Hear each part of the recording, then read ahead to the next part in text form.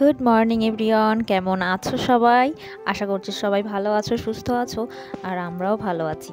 আজকে সকালের ওয়েদারটা একদম কুয়াশা ঘেরা, হালকা রোদ, কিন্তু ঠান্ডাও আছে প্রচুর।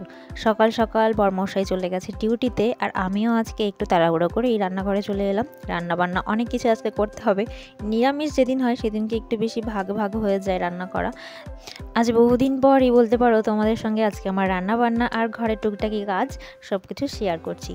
তো সকাল সকাল তো চলে এসেছি রান্নাঘরে, আর আজকে একটু মেঘলা ওয়েদার সেহেতু ঘরটা অন্ধকার হয়ে যাচ্ছে, তো লাইট জ্বালিয়ে আমাকে দিনের বেলাতেও কাজ করতে হচ্ছে।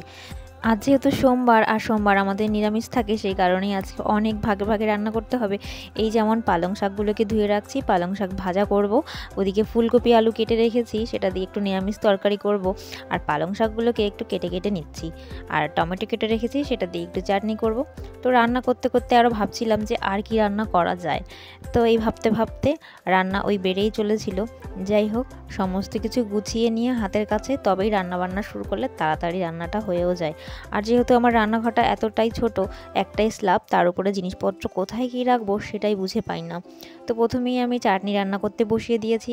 চাটনি কীভাবে রান্না করতে হয় সেটা তো তোমরা আমার থেকে অনেকেই বেশি ভালো জানো, আর তবুও আমি কিভাবে করছি সেটা তোমাদেরকে বলছি। 5 ফোড়ন আর শুকনো লঙ্কার তেলের মধ্যে ফোড়ন দিয়ে প্রথমে একটু হলুদ দিয়ে দিলাম, এই কারণেই যাতে তেলটা বেশি না ছেটে। তারপরে দিয়ে দিলাম টমেটোগুলো। এবার টমেটোগুলোকে একটু ঢেকে দেবো লবণ দিয়ে, যাতে তাড়াতাড়ি গলে যায়। ওদিকে টমেটোটা সেদ্ধ হতে থাকুক, ততক্ষণে আমি এই ফুলকপির তরকারির জন্য একটু মশলাটা বানিয়ে নিই। জিরের গুঁড়ো, ধনিয়ার গুঁড়ো, হলুদ গুঁড়ো আর শুকনো লঙ্কার গুঁড়ো, কাশ্মীরি লঙ্কা দিয়েছি এখানে আমি, আর জল দিয়ে ভালোভাবে এটাকে মিক্সড করে রেখে দেবো। যেহেতু এগুলো গুঁড়ো মশলা, আর এগুলো একটু ডাইরেক্ট কড়াইতে দিলে একদম তাড়াতাড়ি লেগে যায়, সেজন্য জলে ভিজিয়ে রাখলে মশলাটা একটু বেশ ভেজা ভেজা হয় আর ভালোও হয়।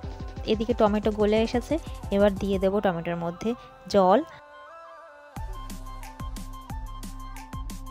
চাটনিতে জাল উঠে গেলে দিয়ে দেবো পরিমাণ মতো চিনি, আর আমি এখানে অল্পই চিনি দেবো। আমি একটু মিষ্টি কম খেতে পছন্দ করি, কিন্তু আমার বড়মশাই আবার একটু বেশি মিষ্টি পছন্দ করে, তবুও আমি ওকে বেশি মিষ্টি দেওয়ার চেষ্টা একদমই করি না। তারপরে দিয়ে দেবো ড্রাই ফ্রুটস, কিছু কাজু আর কিছু কিশমিশ জলের মধ্যে ধুয়ে নিলাম। আমি ডাইরেক্ট এভাবে ঝোলের মধ্যেই দিয়ে দিচ্ছি। এগুলোকে আগে ভেজে নিলেও হয়, কিন্তু আমি ভেজে নিই না, শর্টকাটে করার জন্য আমি ডাইরেক্ট ঝোলের মধ্যেই দিই। এবার চাটনিটা ভালোভাবে জাল হোক। আর এগুলো কি তোমরা চেনো? এগুলো হাঁড়ি কড়াই ধরার জন্য যে নুড়িগুলো হয় এগুলো আমার মা বানিয়ে দিয়েছে মেশিনে সেলাই করে। এগুলো দিয়ে আমার হাঁড়ি কড়াই ধরতে ভীষণ সুবিধা হয়, আর আমার এগুলোই বেশি ভালো লাগে। সেই ছোট্টবেলা থেকে দেখতাম মা, দিদা, মাসিরা সবাই এই হাঁড়ি কড়াই ধরার জন্য এগুলো ব্যবহার করতো, সেজন্য আমারও ভীষণ ভালো লাগে। দেখি এবার চাটনিটার কী অবস্থা। অনেকটাই ঝোল কমে এসেছে, এবার আরও একটুখানি শুকিয়ে নেব।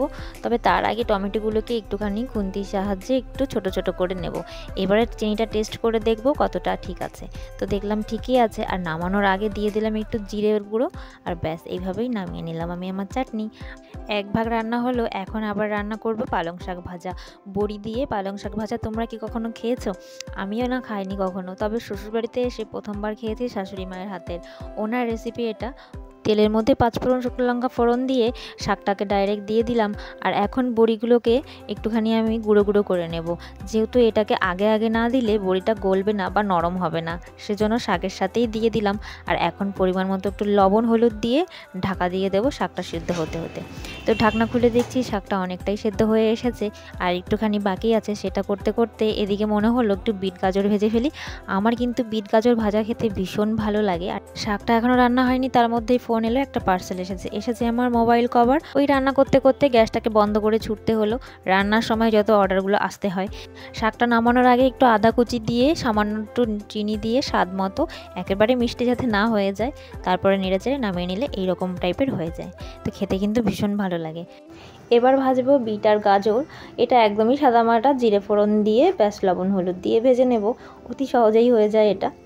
আর বিট গাজরের মধ্যে কতটা গুণাগুণ সেটা তো আমরা সকলেই জানি। তো তারপরে এদিকে আসলাম পার্সেলটা খুলতে, যে কেমন এসেছে। তো খুলে দেখলাম ভীষণই ভালো, আমার তো ভীষণ পছন্দও হয়েছে। একদম যেরকম দেখেছি ফটোতে সেরকমই এসেছে কাভারটা।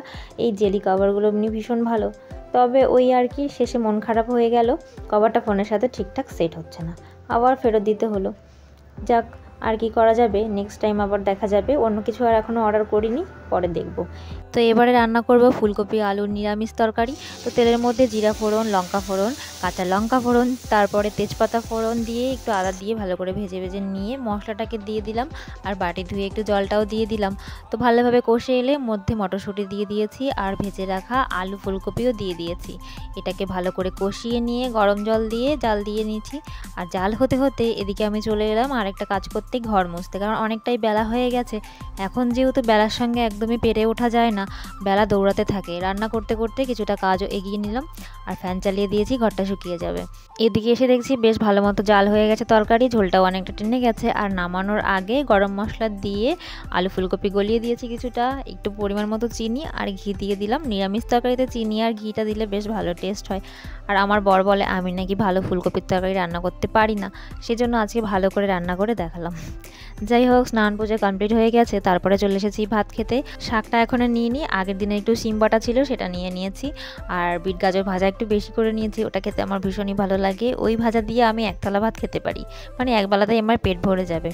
খাওয়া দাওয়া করে উঠে একটু বসে আছি, ভীষণ ঠান্ডা লাগছে আর একটুও রোদ ওঠেনি। দুপুরে একটু ঘুমিয়ে নিয়েছিলাম, আর ঘুম থেকে উঠে এই শীতের জামা পরে নিলাম, আর সারা ঘরে লাইট জ্বালিয়ে নেবো। প্রায় সন্ধ্যা হয়ে এসেছে, তবে তার আগে ঘরের মধ্যে এই ফোমটাকে পেতে নিলাম। প্রচণ্ড ঠান্ডা, মেঝেতে একদমই পা দেওয়া যায় না, তো ফোমটাকে পাতা থাকলে খালি পায়ে পা দেওয়াও যায়। তো তারপরে চলে এলাম ঠাকুর ঘরে, আর ঠাকুর ঘরে দেবো সন্ধ্যা।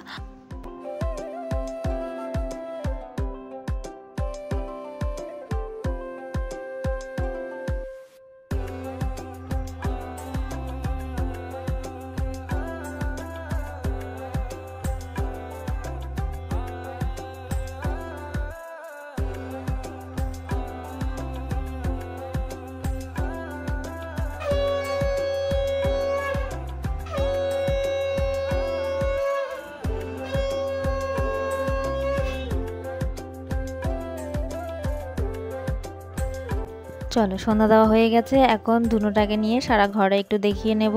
আমার কিন্তু সন্ধ্যাবেলাতে এই খোসা পোড়াতে আমার ভীষণ ভালো লাগে, ছোটোবেলা থেকেই এটা আমি মাকে দেখে এসেছি, তো আমারও সেই অভ্যাসটা হয়ে গেছে। তো তুলসী তলায় দিয়ে একটু ঘরের সামনে রেখে দিলাম। সন্ধ্যা দিয়ে এসে তো বসেই ছিলাম, তো বসে বসে এখন আমি এই যে নতুন আরেকটা আসন তৈরি করছি। তো ওই পাশের সেলাইগুলো করে নিচ্ছি যাতে এই সুতোগুলো বেরিয়ে না যায়। তো প্রায় কমপ্লিট হয়ে গেছে 4 সাইডটা, তারপরে ডিজাইন তুলবো। আর এখন বেজে গেছে ওই 6:30 মতো, আর হাজব্যান্ড মশাই এখনও আসেনি, চলে আসবে হয়তো এখনই। তো এখন যাবো চা বানাতে। এই হলো আমার আসন, এই যে ধারগুলো সেলাই করে নিচ্ছি যাতে এই সুতোগুলো বেরিয়ে না যায়, এই যে পাটগুলো বেরিয়ে যাচ্ছে, তো সেই কারণে সেলাই করে নিচ্ছি। আর এদিকটা না মেলেনি, এদিক থেকে সুন্দর গিয়ে এদিকে কোনায় নেমে গেছে, তার কারণ হচ্ছে চটটা সোজা নেই। যাই হোক, কোনো ব্যাপার না। তো চলো, এলাম তো একটু চা বানাতে, তো বড়মশাই বলছে একটু মুড়িও মাখো, খেতে ইচ্ছা করছে। তো পেঁয়াজ, ধনেপাতা, লঙ্কা কেটে নিয়েছি, মুড়ি দিয়ে দিয়েছি, তার মধ্যে একটু চানাচুরও দিলাম, আর দেব আমার স্পেশাল আচারের তেল। আমার মিনি ব্লগে হয়তো দেখিয়েছিলাম যে কয়েকটা জলপাই শুকাচ্ছি, আচার বানাবো, তো সেই তেলটাই আজকে টেস্ট করব কেমন হয়েছে। প্রথমবারই আজকে খাবো, তো বড়মশাইকে বললাম একটু টেস্ট করে দেখো কেমন হয়েছে। ও আবার নিয়ে এসেছে কয়েকটা সিঙ্গারা, 3টে নিয়ে এসেছে, বলছে একটা দিয়ে ভেঙে মুড়ির মধ্যে মাখো, আর 2টো এমনি খাবো আমরা। তো এই মিষ্টির দোকানের সিঙ্গারাটা ভীষণ টেস্টি। তো আমি নিয়ে নিয়েছিলাম একটা ছোট্ট বাটি, এবার বড় বাটিতে নিয়ে ভালো করে হাত দিয়ে মাখছি। যতক্ষণ না মুড়ি মশলা এই সমস্ত হাত দিয়ে মাখানো হবে ততক্ষণ কিন্তু ভালো টেস্ট হয় না। হয়ে গেছে মুড়ি মাখা, আর এখন দুজনে বসে ওই সারাদিনের গল্প করতে করতেই মুড়ি মাখাটা খেয়ে নেব। অনেক দিন পরেই মুড়ি মাখা খাচ্ছি আমরা, মাঝে মাঝে ইচ্ছা করে খেতে, প্রতিদিন তো আর খাওয়া ভালো না, আর আমরা সেটা খাইও না। মুড়ি খাওয়া হয়ে গেছে, এখন চা নিয়ে এসেছি। তো চলো, আজকের এই ভিডিওটা তোমাদের কেমন লাগলো অবশ্যই জানিও, ভালো লাগলে লাইক কমেন্ট করে দিও। আজকের মতো টাটা।